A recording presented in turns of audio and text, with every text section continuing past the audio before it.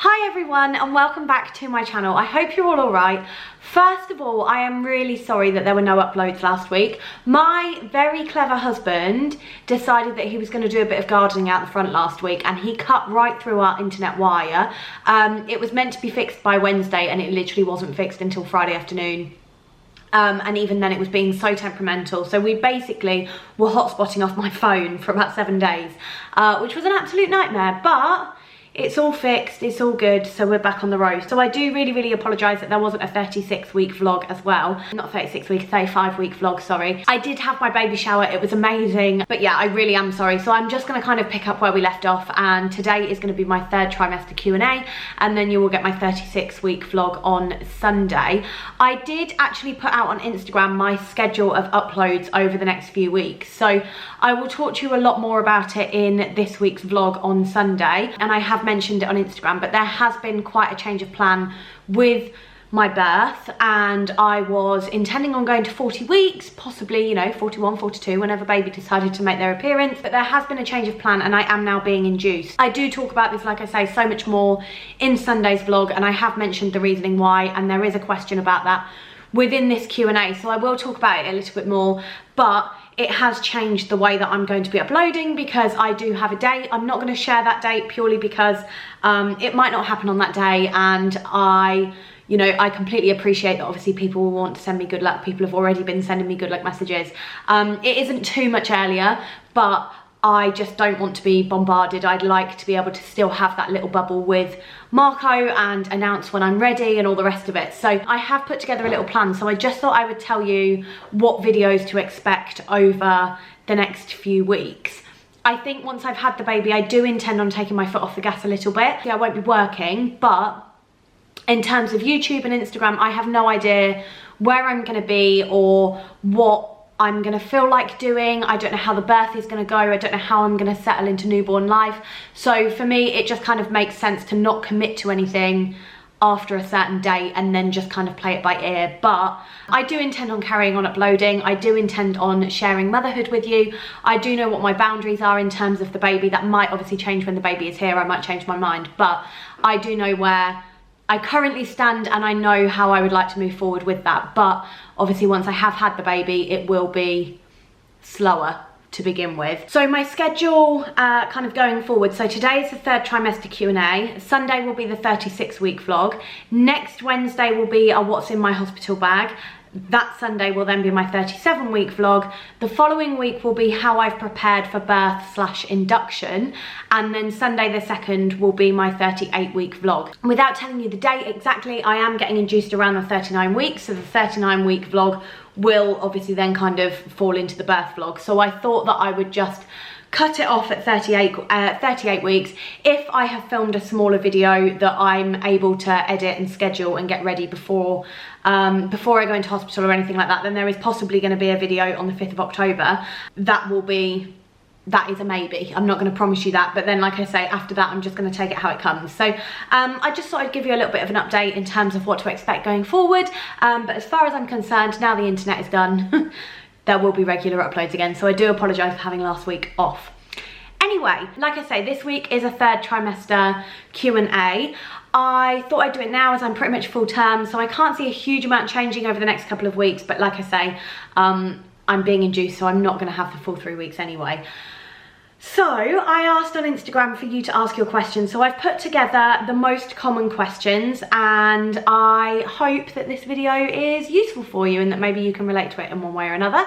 I have my trusty Diet Coke, of course. I have lived off this throughout the entire pregnancy. So get yourself comfy and I will answer all your questions. So question number 1 is very kindly, how are you feeling? I'm feeling good, if I'm honest. I have actually found this trimester a lot better than I thought I would. I was really worried that I would kind of really resent this pregnancy towards the end and I'd be desperate for it to end.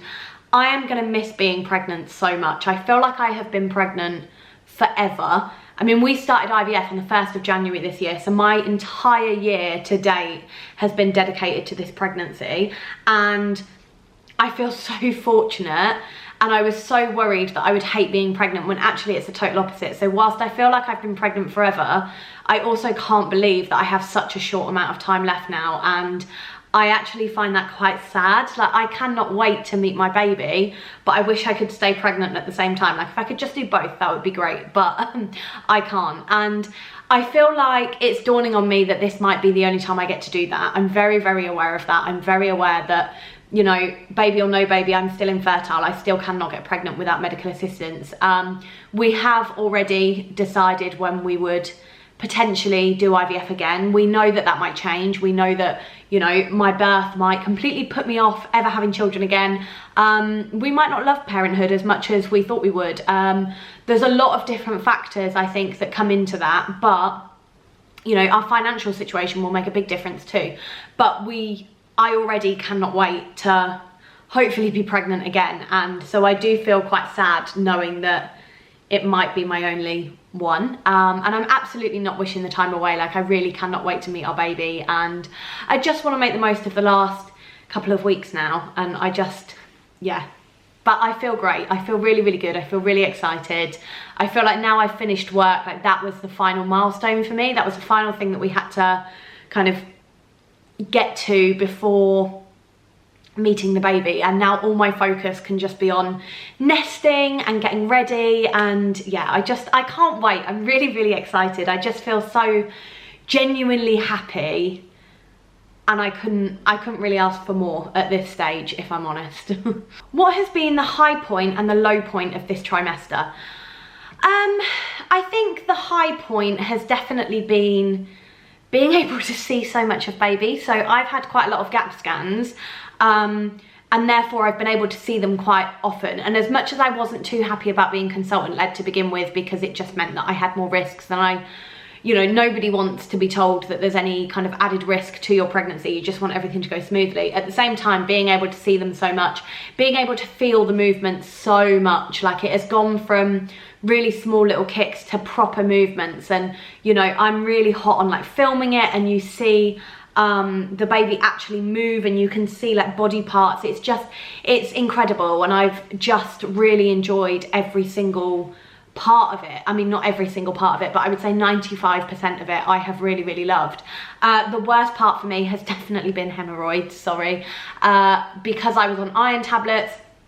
You're constipated with pregnancy anyway, but when you're on iron tablets, that really doesn't get any easier. And that was something I really suffered with kind of at the beginning of the third trimester, up until a couple of weeks ago, and I found that really, really difficult. I really didn't enjoy that at all. It was definitely the worst part for me. So I would say that that has definitely been my low point of this pregnancy, let alone this trimester. Question 3 is, what is a gap scan? Is this where they measure your bump? So no. So I've referred to gap scans an awful lot in my vlogs, and I do mention them on Instagram, and I'm really sorry. Sometimes I am really bad at explaining what they are and just assume that everybody knows. I didn't know either.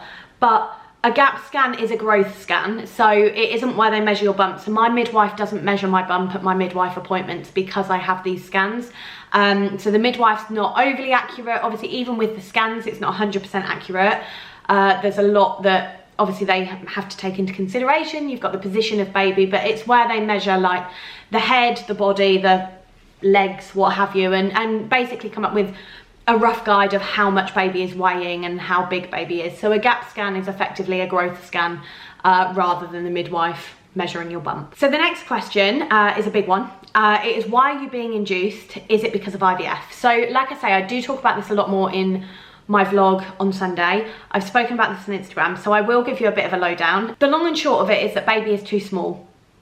It has got nothing to do with IVF. I always said that I would refuse an induction if the only reason was IVF. Now, I feel like I need to kind of caveat, because I had a couple of messages about this on Instagram, and I do kind of feel like I need to say that is my personal preference, and that's not for you to go, oh, because she said that, then that means that I shouldn't either. You make your own decisions and you do your own research based on your pregnancy. For me personally, I had other risk factors that could come into play. IVF, in my trust, is not a reason to be induced. So Some trusts do as standard that when you get to 40 weeks, if it's an IVF pregnancy, they induce you. My trust doesn't. And that for me was enough proof that it wasn't medically needed if it was just IVF alone. So for me, I always said that I would not be induced based on IVF alone unless there were any other factors involved, which is where I am now. So when we had our last growth scan, so our first growth scan that we had, the baby had actually been plotted incorrectly on my growth chart. So when my consultant looked, it looked like they were over the centile when actually they were underneath it. I don't really understand the centiles. I've not paid that much attention to them, if I'm really honest. But it was slightly below the point it needed to be, and it had just been plotted wrong on the graph, so it didn't look like it had. So although there's been a steady growth, we are too small and have been consistently too small. And when I had my scan the other day, we should be closer to like the 5 pound mark, when actually we were more like 4.5 pounds, which they class as too small. I also have a couple of risk factors thrown in, which is why I'm consultant led. But one of those risk factors is to do with my placenta, and the further on that I get, the more likely that is to come into play, the more likely my placenta is basically to not work properly. And although my placenta is doing what it should now, my consultant felt that because the baby was small, because we kind of have this increased risk, she thought it would be better that I was induced slightly before my due date. So initially I was a bit like, I don't know how I feel about this. But Marco and I really spoke about it. We did a lot of research into it. We've decided based on what's best for us, based on the information that we have, my pregnancy, how things have been so far, and we decided that it was the right decision for us. I really do think you have to do your own research into it if it's being suggested to you. You have to understand why it's being suggested to you. You can ask questions. We asked so many questions. For me, I just felt that there's a lot of Instagram experts in the world. There's a lot of people who are quite anti any kind of medical intervention, and I understand a lot of it, and I am on board with some of it, and I do understand where a lot of people are coming from with it. However, for me, I think medical professionals are professionals for a reason. I have had to trust medical professionals for years just to get to this point that I'm not about to stop doing that now. And so for me, as much as I asked the questions that I needed to ask and I have the understanding that I needed, it's the best decision for us. So we decided that we would be induced. How mobile or active have you managed to be? Not as much as I'd like, if I'm really honest. I think I have done my weekly antenatal yoga, which I've really loved. It's actually aquanatal yoga, so I've been doing that in the pool, and that has been keeping me relatively active. On the weeks where that's not been running, I've gone swimming. I walk Bruce every day, but I think because I work from home, I am sat down an awful lot of the day, and it's been really busy over the last few weeks, so I've not felt like I've been able to kind of get up and move as much as I usually would. So not as much as I like. And I also think because baby was breech, I didn't have as much pressure in my pelvis and things like that. So I have been able to kind of get up quite freely and move around. It's not been a huge issue, but I do get tired a lot easier. And on a Sunday, we do like a really big walk with Bruce, and we've definitely had to shorten that because I do get quite tired quite quickly now. And you can always tell when I've done the bigger walk because I get absolutely knackered by about midday and need a nap. But okay, not as much as I'd like, but generally okay. Have you put on much weight? No, if I'm honest, no, I haven't. I have put on less than I thought. So I was weighed at my 28-week appointment, and I'd put on about 1 stone, and I was weighed again today, and I've put on 1 stone and 1 pound. I was expecting to have put on about 1.5 stones up to about 2 stone, but generally I have put on 1 stone, 1 pound, and yeah, but everybody's different. It's, you know, it is what it is. I think a lot of this will obviously be baby, fluid, placenta, so we'll see. But I made it my mission right at the beginning of this pregnancy not to focus on the weight gain. I don't think it's important. I think all that's important is that the baby's safe and happy, and my midwife is happy with my weight gain, so that's fine. How do you keep on top of aches and pains? Not very well. So my backache has been consistent throughout. I have seen a chiropractor throughout, which has really helped me. The aquanatal yoga has really helped me because I've been in water. I do find that I really love being in water, and it makes such a big difference to how I feel. I literally live Tuesday to Tuesday at the minute because I cannot wait to get in that pool. My birthing ball has been a big help. Sleeping on my side with my pregnancy pillow has been a really big help. And I also have a bump support band, which I use when it's really bad. But generally it's been okay. Other aches and pains I've not really had.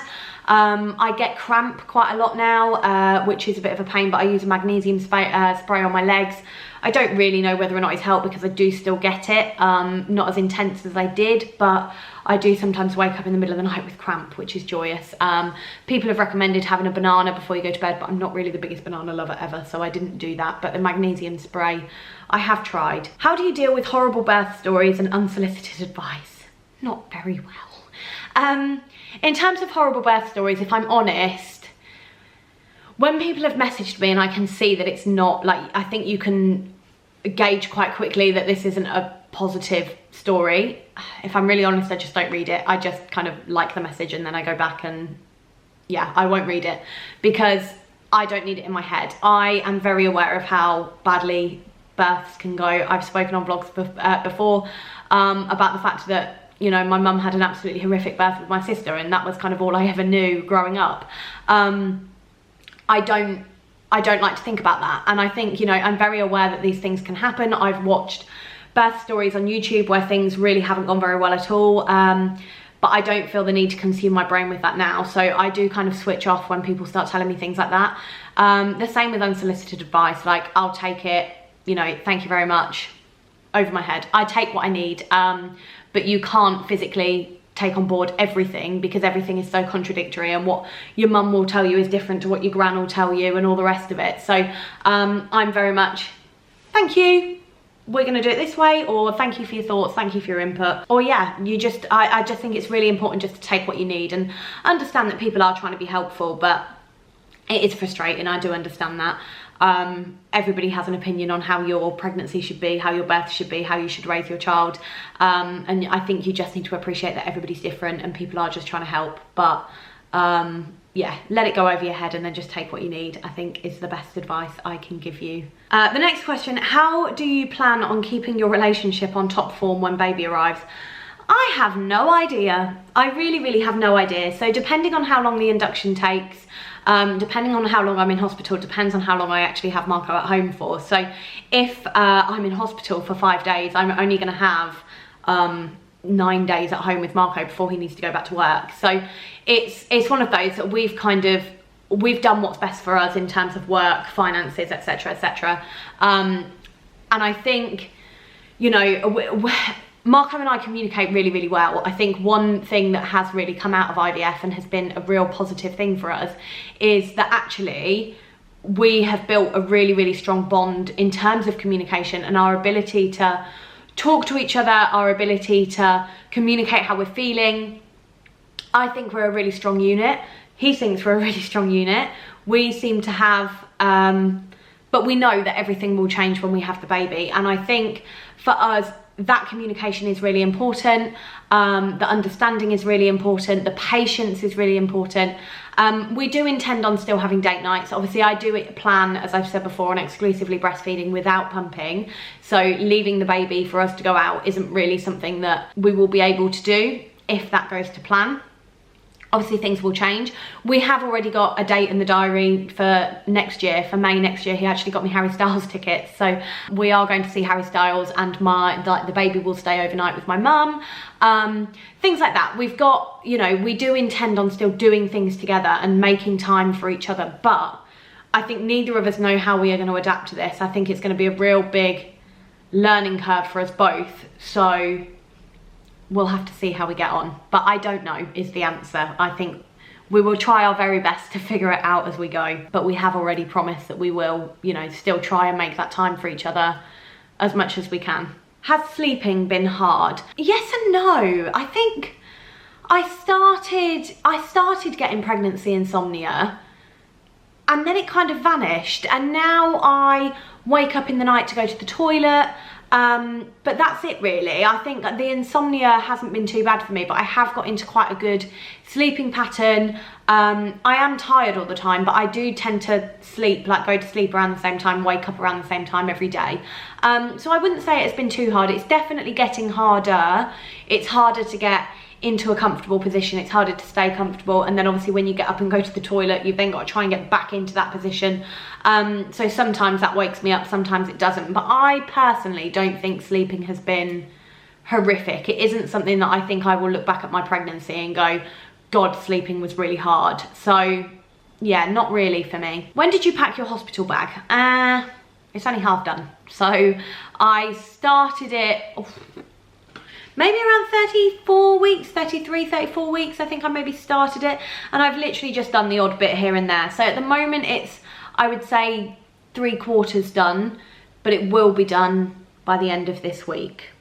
How much have you bought in terms of muslins, baby grows, etc.? So this I actually found really, really hard. I have bought, in things like newborn, I have bought about 7 to 10 baby grows that are long sleeved, 7 to 10 baby grows that are short sleeved, and the same with sleep suits. And then we have a few little outfits that we've bought here and there. They won't be in them very long, but I did get a little bit excited. But I think I just wanted enough to at least like one a day. Obviously, you know, I'm under no illusions that they're gonna be in one outfit every day. I'm well aware of the fact that I'm probably gonna go through so many. But that was kind of our baseline. So we've got about 10 of each thing in each size. We have just bought some tiny baby things. I wasn't going to do that, but on the basis that babies looking like they're going to be quite small, I got some on Vinted just to be safe, just to make sure that we had some, and just bought a bundle, and I literally paid a few quid for all this different stuff. So I definitely recommend checking Vinted out if you do just want some extra bits. But yeah, all in all, I think I have around 10 of each thing. A few more here and there. Obviously people have bought us things. We've gone into like H&M and seen the odd like cute little outfit that we've bought. But all in all, I think my base was 10 of each. Muslins, I think we've got about 15. And that I am just gonna keep collecting, because people keep telling me that you can never have too many. So when I go into a shop and I see some cute ones, I put them in my basket. But at the minute, I think I've got 15 washed and rolled up upstairs, I think, about that. Next question is, when do you go on maternity leave? So I actually went on maternity leave yesterday. I have got a meeting this afternoon that I've got to attend. Today was supposed to be my last day, but because of the Queen's funeral, I have a day of annual leave to use, and I decided that I wasn't meant to have this leave anyway. So rather than lumping it onto the end of next year, I was going to use it today because I tied up all my work on Monday. I did what I needed to do yesterday, and so I was pretty much going in to stare at a computer screen today. So I just thought I'd take that. So like I say, I've got a meeting to attend this afternoon, but other than that, I'm done. That's me, done for 9 months at least. And the final question is, do you feel prepared for the baby, for birth? I don't know. Yes and no. I feel like I have been really prepared. The only thing I think I've really got to do now is clean and put up the Moses basket. Like, there's not a huge amount to do. We have done most things. We've set up the Isofix in the car now. We haven't put the car seat in, but we've been practicing with the car seat with a teddy bear, which has been really weird but great at the same time. Apart from the fact that Marco picks the teddy bear up by his head. Hopefully he doesn't do that to our child. But yeah, so I do think I feel prepared in terms of things are done. I don't think I actually feel prepared to have the baby. I don't think that's really sunk in at any point. I don't think it will, but I think I'm as prepared as I can be. I think for birth, I feel prepared. I feel really relaxed about it. I feel excited about it. I'm not worried about it. So yeah, I think I'm okay. I think I've done the research that I can do. I've done my hypnobirthing. I just don't see the point in worrying about, like, it has to happen. This baby has to come out one way or another, and I think I've just kind of accepted that and accepted that what will be will be. So yeah, I think I do feel prepared, but at the same time, I think I'm in for a big shock, so we will see. I'm excited. And that is the end of this week's Q&A. So thank you for submitting all your questions. Like I say, I just kind of answered the most popular ones. But you can follow me on Instagram at amber.it. So I do Q&As on there quite often. So there will be the chance to answer those. And yeah, just thank you for watching. I will see you on Sunday for my 36-week vlog. And I hope you enjoyed that. So take care and I will see you on Sunday.